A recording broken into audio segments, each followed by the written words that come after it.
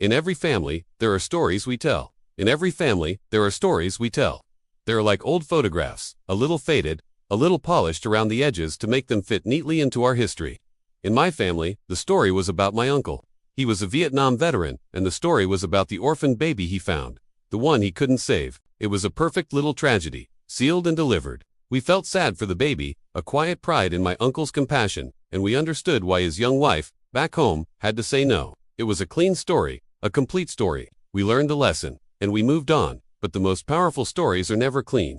The real ones, the ones that change you, are messy. And this one, our family's neat little story, was built on a secret that lasted for half a century. A secret that would rewrite everything we thought we knew about loyalty, love, and what it means to keep a promise. Let's go back to the beginning.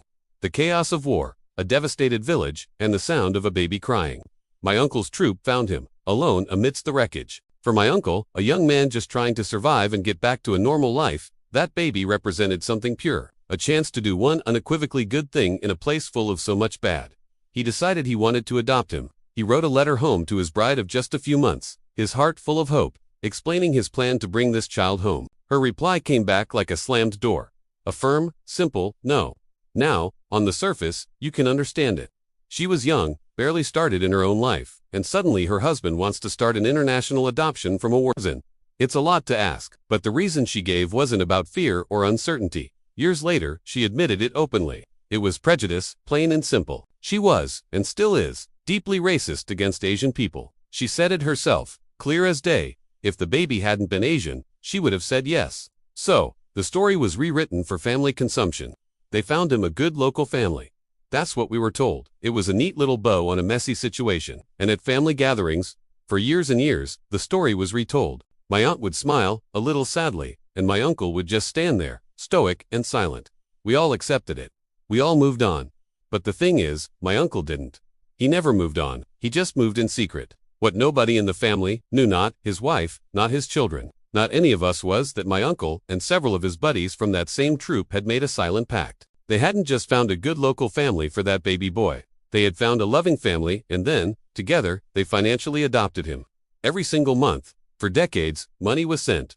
Quietly, consistently. It wasn't a fortune, but it was enough. It paid for food when there wasn't enough. It paid for school uniforms, for books, for a proper education. It kept a roof over his head. Eventually, it paid for university. Then, in the late 1990s, the support didn't stop. That money, combined with the influence of these veterans, helped this boy, now a grown man with a family of his own, immigrate to Australia and start a new life. My aunt, who actually worked at a bank and managed their household finances, would sometimes notice the discrepancies. She'd question the missing funds. And my uncle, he always had an answer ready. It was a bad investment. He was helping out an old army mate who was down on his luck, a donation to a veterans charity, and she believed him. Or at least, she trusted his justifications. She controlled the money, but she didn't control his heart. This monumental secret, this 50-year vow, it didn't just unravel, it exploded. It happened in 2017, during a bitter and drawn-out divorce. My aunt was determined to get every penny she was owed, so she hired a forensic accountant to trace every dollar that had ever passed through their accounts. And that's when the accountant found it. Not a single act of deception, but a half-century paper trail of systematic, hidden support. A lifetime of quiet defiance. The motive wasn't greed, or another woman, or some hidden vice. It was the exact opposite. But when my aunt found out, her rage wasn't about the betrayal of their marriage vows. It wasn't the lie itself that broke her. It was the money. The fact that for 50 years, her husband had been secretly diverting their funds to help someone she fundamentally despised because of the color of their skin. Her anger was about the wallet, not the heart. Once the secret was out in the open, there was nothing left to hide. And that's when my uncle finally introduced us. He took us to meet the family he had been supporting all our lives. And the boy, he's now a wonderful, kind man. He has a beautiful family, a successful career, and a life he built from the ground up. The gratitude they feel for my uncle, it's not something you can put into words. It's in every look, every gesture. It's a profound, life-altering thankfulness. And my uncle, he looks at them with this quiet, deep pride. A pride I'd never seen him show for his business, his house, or any of his other accomplishments. He kept a promise he made to himself as a young man in a war zone. And in the end, that secret promise became the truest, most meaningful part of his entire life. This leaves us at a moral crossroads, doesn't it? It's a heavy question. My uncle lied to his wife for their entire marriage. He secretly diverted family money for decades. By any traditional measure, that's a profound betrayal. It's a deception that sits at the very foundation of their life together. But he did it to silently atone for a war he couldn't forget.